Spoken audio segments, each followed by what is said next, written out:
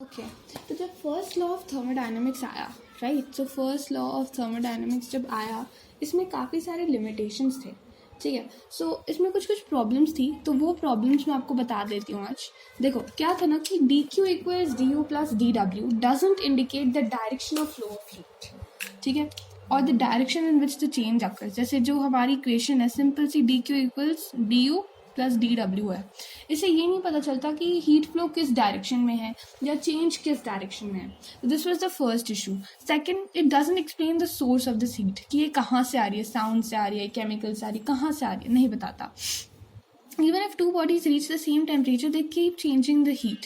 And the source of a heat may be a cold body according to the first law of thermodynamics. It gives no idea about exchange of heat. ये बताता नहीं कि heat जो है hot से cold में flow करती है, ये बताता ही नहीं है कि कहाँ से कहाँ फ्लो कर रही है। तो ये इतनी इंपॉर्टेंट इन्फॉर्मेशन ये मिस आउट कर जाता है, ठीक है। And we do not transfer, ये हमें पता है कि हीट कभी भी कोल्ड से हॉट में नहीं जा सकती विदाउट एनी एक्सटर्नल एड। अगर एक्सटर्नल एड दिया है तो दैट्स अ डिफरेंट स्टोरी, ठीक है। तो उस स्टोरी को अब हम पढ़ेंगे।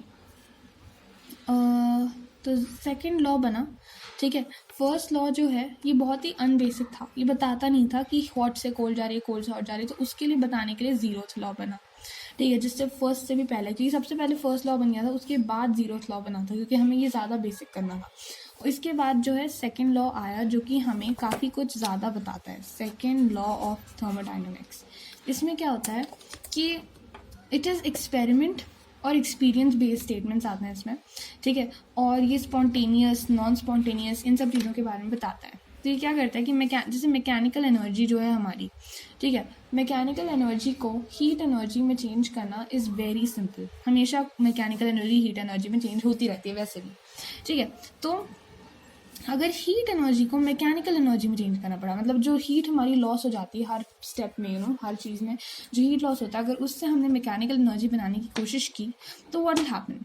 इसके लिए हमें चाहिए होता है, पता क्या, हीट इंजन, ये चाहिए होता है इसके लिए, ठीक है। Second law says that heat engine can not have 100% efficiency. जो हीट इंजन है ये 100% ऐसे नहीं कर सकता कि 100% जो हीट लॉस हो रहा था उसको मैंने 100% मैकेनिकल एनर्जी में कन्वर्ट कर दिया। This is not possible, this is an unrealistic situation. तो इसमें क्या होता है कि all work can be converted to heat but all heat can not be converted to work. हम सारी हीट को हार्नेस करके कुछ बना पाएँ, this is against the laws of nature, it's not possible. तो कोई भी डिवाइस की 100% एफिशिएंसी नहीं होती है अकॉर्डिंग टू दिस। तो अब इसकी कुछ स्टेटमेंट्स हैं, ठीक है। पहला जो स्टेटमेंट आता है सेकंड ऑफ थर्मोडायनेमिक्स में, वो केल्विन प्लैंक स्टेटमेंट आता है। जो केल्विन प्लैंक ने कहा था ये उनका स्टेटमेंट है, ठीक है। थोड़ा मैं इसके बारे में बताती हूँ, उसके बाद मैं आपको बताऊँगी इन्होंने क्या कहा था कि no process is possible as a sole result, no process, एक मैं देख के बताती हूँ, no process is possible where the sole result is absorption of heat from the reservoir and the complete conversion of heat into work. इन्होंने बस यही कहा था कि 100% एफिशिएंसी नॉट पॉसिबल, वो भी जब आप हीट को मैकेनिकल एनर्जी में कन्वर्ट कर रहे हो, 100% एफिशिएंसी नहीं पॉसिबल है। Example, engines of truck etcetera become very hot and need to be cooled by water because a considerable portion of the heat energy to work is lost as heat. हम क्या करना चाहते हैं, हम वहाँ पे हीट ही को तो हार्नेस करते हैं, हीट से ही तो हम मैकेनिकल वर्क निकालते हैं हीट इंजन यूज़ करके, बट बहुत सारी जो हीट है वो लॉस हो जाती है, वो सराउंडिंग्स में लूज हो जाती है। तो वो हीट जो है बहुत गर्मी पैदा कर देती है, इसलिए हमें उन ट्रक्स को बार बार कूल करना पड़ता है बिकॉज उनकी एफिशिएंसी हाई नहीं है, ठीक है। कैरनॉट इंजन जो है सबसे बेस्ट इंजन है, और ये हम ट्रक्स वगैरह में तो बिल्कुल भी नहीं यूज़ करते, बट जो कैरनॉट इंजन है इसकी पता है बेस्ट इंजन की एफिशिएंसी केवल 66% है। मतलब 44% जो हीट है वो लूज़ होगी, और ये बहुत बड़ा अमाउंट है। बाकी इंजन में तो जो ट्रक वगैरह में यूज़ करते हैं उसमें तो शायद 20% 30% एफिशिएंसी रहती है, इसीलिए जो है हमारी इतनी हीट लॉस हो जाती है, जितनी हम यूज़ करते हैं उससे ज़्यादा लॉस हो जाती है। तो कार्नोट में एटलीस्ट 66% जो है हमारी हीट यूज़ हो जाती है, ठीक है। तो ये फर्स्ट था केल्विन प्लैंक स्टेटमेंट। फिर एक और आदमी का स्टेटमेंट आता है, उसे हम कहते हैं क्लॉसियस स्टेटमेंट। क्लॉसियस डी ने भी एक स्टेटमेंट दिया था। तो क्लॉसियस का स्टेटमेंट ये था कि no process is possible whose sole result is transfer of heat from colder object to hotter object. तो केल्विन ने कहा कि हीट को मैकेनिकल एनर्जी में कन्वर्ट करने वाला 100% कोई भी प्रोसेस नहीं है। क्लॉसियस ने कहा कि कोल्ड बॉडी से हॉट बॉडी में हीट को फ्लो करवाने वाला no process is possible whose sole result, एक ही रिजल्ट हो रहा है कि हीट जो है कोल्ड बॉडी से हॉट बॉडी में जा रही है। कोई भी ऐसा प्रोसेस नहीं है जिसमें केवल यही हो रहा है। Heat flows from cold to hot object with the help of what, यहाँ पे हमारा क्या लगता है, एक्सटर्नल वर्क लगता है, काम लगता है, काम करके ही वो फ्लो हो पाती है, समझे। तो ये क्लॉसियस स्टेटमेंट है, ठीक है। अब रिवर्सिबल प्रोसेस, इरिवर्सिबल प्रोसेस देख लेते हैं, बहुत बेसिक चीज़ें हैं। रिवर्सिबल क्या होता है कि system returns to its initial state, जो वर्क है वो रिटर्न हो जाता है। Irreversible system does not return to its initial state, work is used up, ठीक है। अब आइडियल रिवर्सिबल प्रोसेस क्या होता है कि यहाँ पे मैं तुम्हें दिखाती हूँ एक एक्सपेरिमेंट करके कि आइडियली एक रिवर्सिबल प्रोसेस कैसे चलता है। तो यहाँ पे मैंने लिया क्या, एक बीकर लिया, ठीक है। टेक 1 लाख पार्टिकल्स, इसमें मैंने एक ऐसा पिस्टन लगाया जिसमें कोई फ्रिक्शन नहीं है, ठीक है, बिना फ्रिक्शन के ये पिस्टन मूव करता है। तो ये कह रही कि take 1 lakh particles and put them on the piston slowly, मतलब एक एक करके 1 लाख पार्टिकल्स इस पिस्टन के ऊपर डालो, ठीक है, so that it slowly compresses and very little heat is produced. तो अगर 1 लाख एक करके डालोगे तो बहुत धीरे वो कंप्रेस होगा, और इससे क्या होगा, हीट बहुत कम डिसिपेट होगी, बहुत कम प्रोड्यूस होगी, ठीक है। ना slowly take away the particles, अब थोड़ा धीरे करके निकालो पार्टिकल्स। अब जब निकालोगे 1 बाय 1 तो पिस्टन वापस ओरिजिनल लेवल पे जाएगी, पर बहुत धीरे से जाएगी, इतना धीरे जाएगी कि नो हीट लॉस, हेंस ये प्रोसेस बहुत ज़्यादा स्लो होगा, ऑलमोस्ट स्टैटिक प्रोसेस होगा, ठीक है। तो ये इम्प्रैक्टिकल है, वैसे तो ये पॉसिबल नहीं कि एक पार्टिकल रखो, तो हम कर ही नहीं सकते कभी, बट फिर भी ये एक अच्छा खासा नो हीट लॉस का रिवर्सिबल प्रोसेस का आइडियल एग्जाम्पल है। जैसे आइडियल गैस है, कोई भी आइडियल चीज़ एग्जिस्ट नहीं करती है, हमें फिजिक्स नहीं सिखाया, तो ये भी एक आइडियल चीज़ है और आइडियल रिवर्सिबल प्रोसेस है और एग्जिस्ट नहीं करता है, ये नहीं एग्जिस्ट करता है, बट ये एक आइडियल हाइपोथेटिकल सिचुएशन है। Hence a thermodynamical process taking a system from initial state I to final state F is reversible if the process can be returned such that the system and surroundings both return to the original state with no other change anywhere in the universe। अगर heat loss होता तो आसपास की surroundings गर्म हो जाती, surroundings का temperature बढ़ जाता, तो वो सब नहीं होना चाहिए, तभी हम उसे रिवर्सिबल कह सकते हैं, ठीक है। एक सेकंड मुझे पानी पीने दो,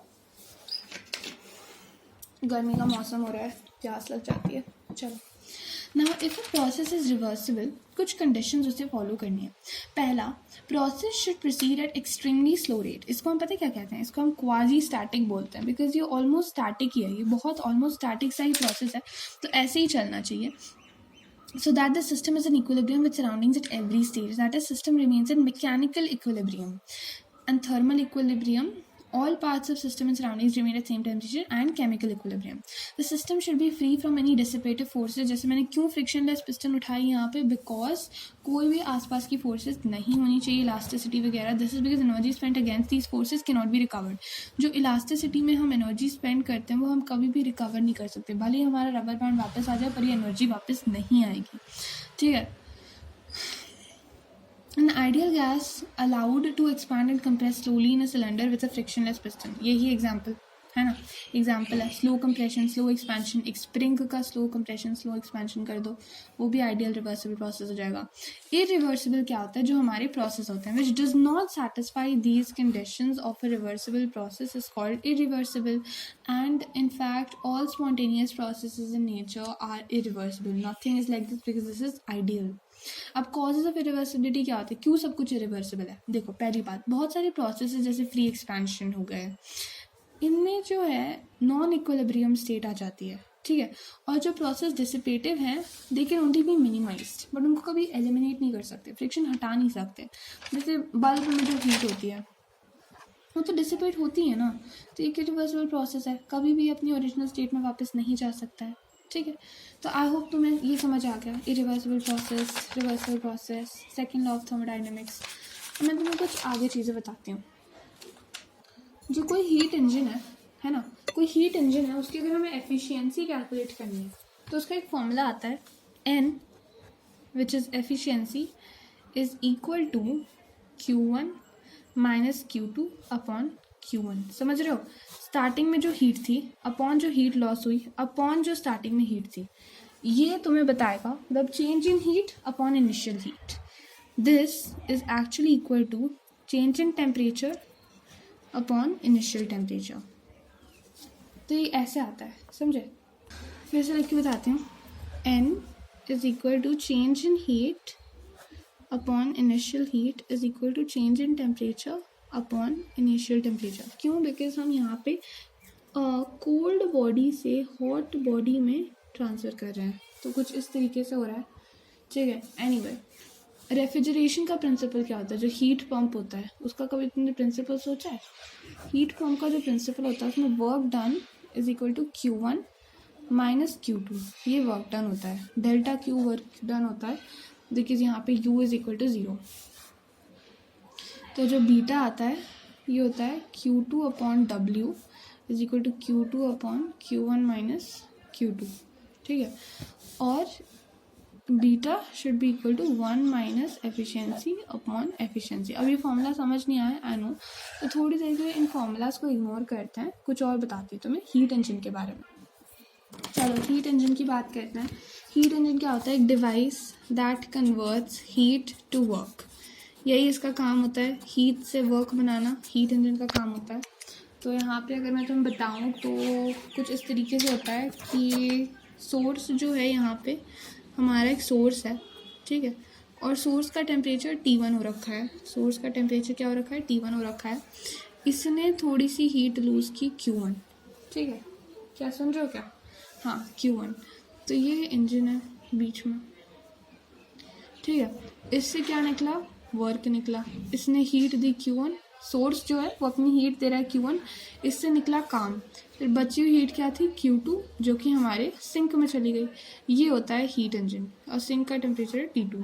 तो T1 से बेसिकली वर्क निकाला इंजन ने और बाकी की हीट को सिंक में भेज दिया, ठीक है।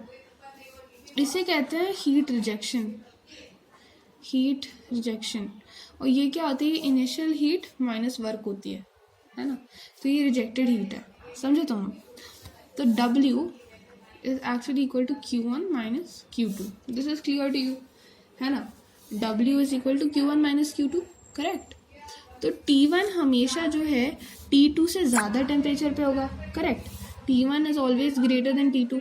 Why is T1 always greater than T2? That's why only heat will flow in this direction, right? तभी तो हीट जाएगी सोर्स से सिंक में, तभी तो इधर मूव करेगी और बीच में इंजन पकड़ के वर्क निकाल देगा, पता है ना? तो इसीलिए तो एफिशिएंसी बेसिकली क्या होती है बेटा? वर्क डन, कितना हमने काम करा, अपॉन इनिशियल हीट हमने कितनी दी थी। Work done upon heat given into 100। इससे इजी फॉर्मूला बता नहीं सकती। मतलब जो हमने हीट दी उसमें से कितना काम निकला और कितनी हमने हीट दी थी, उसका रेशियो निकालते हैं खाली। तो यहाँ पे वर्क डन जो आता है वो Q1 माइनस Q2 आता है, इसीलिए वो Q1 minus Q2 upon Q1 into 100 का फॉर्मूला निकल के आया था, बिकॉज हमें बस work done upon heat given देखना है, समझे तुम? For efficiency to be 100%, this should be 0। इसको अगर हम 0 कर देंगे तो एफिशिएंसी हो जाएगी 100%, ठीक है। Which means there is no need of low temperature body. इसका मतलब है कि लो टेम्परेचर की कोई बॉडी की ज़रूरत ही नहीं है। ये क्या है? कोल्ड बॉडी है। ये क्या है? हॉट बॉडी है। हॉट से कोल्ड में फ्लो हो रहा है, और अगर इसको 0 कर दे तो कोल्ड बॉडी की ज़रूरत ही नहीं है। Which means heat can be extracted from a single body and work can B obtain. मतलब कि खाली एक बॉडी से हीट निकल सकती है ना। तो ये एक चीज़ है, ठीक है। और ये बहुत ही इम्पॉसिबल चीज़ है कि एक ही बॉडी से हीट निकाल दो। कैसे? सोर्स क्यों हीट देगा अगर यहाँ पे कोई ठंडी बॉडी होगी ही नहीं? तो 0 मतलब ये है ही नहीं, ये नॉन एग्जिस्टेंट है, तो दैट इज़ नॉट पॉसिबल, ठीक है।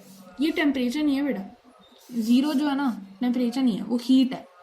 0 हीट जा रही है, 0 हीट यहाँ पे जा रही है, तो वो पॉसिबल ही नहीं है। इसका मतलब है कि यहाँ पे कोई बॉडी नहीं है। अगर यहाँ हीट नहीं जा रही मतलब यहाँ कुछ है ही नहीं, तो वो तो पॉसिबल नहीं है ना। तो hence we always need 2 bodies for heat to flow, as it can't flow from a single body, ठीक है।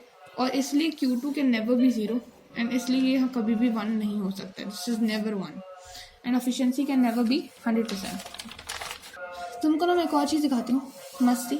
उसमें क्या होता है? साइक्लिक इंजन देखते हैं। हीट इंजन जो साइक्लिक है, अभी ये क्या है? इसको मानो कि ये कोई एक मतलब डिवाइस है जो हीट ट्रांसफ़र करता है, ठीक है। इसमें आइडियल गैस है। ये क्या है? आइडियल गैस है, ठीक है। तो अब मैं क्या करूँगी? यहाँ पे मैंने दी heat, okay, I have given heat. इसने क्या करवाया? वर्क। तो ये तो था पॉजिटिव वर्क। जो व्हील ने किया वो नेगेटिव वर्क, समझो। इससे फिर से इसमें जा रहा है और फिर से हीट रिलीज हो रही है। तो एक तरीके का एक साइक्लिक प्रोसेस है। When you give heat, ideal gas expands and the tire moves forward. But due to inertia, the tire would come back to compression. Hence, tire will move forward only when positive work is greater than negative work. देखो क्या है ना कि मैंने इस ideal gas को heat दी, इसकी वजह से यहाँ पे एक टायर था जो आगे गया, मतलब वो एक्सपैंड हो गया, ठीक है, आगे गया, फूल गया, एक्सपैंड हो गया। फिर उसके बाद क्या हुआ कि वो टायर पीछे आया, क्या होगा, कंप्रेस हो गया। तो ये कंप्रेशन क्या है, नेगेटिव वर्क है। नेगेटिव वर्क क्या है, वापस हीट रिलीज कर देता है। तो अगर तुम चाहते हो कि टायर केवल आगे मूव हो तो expansion should be greater than compression, correct.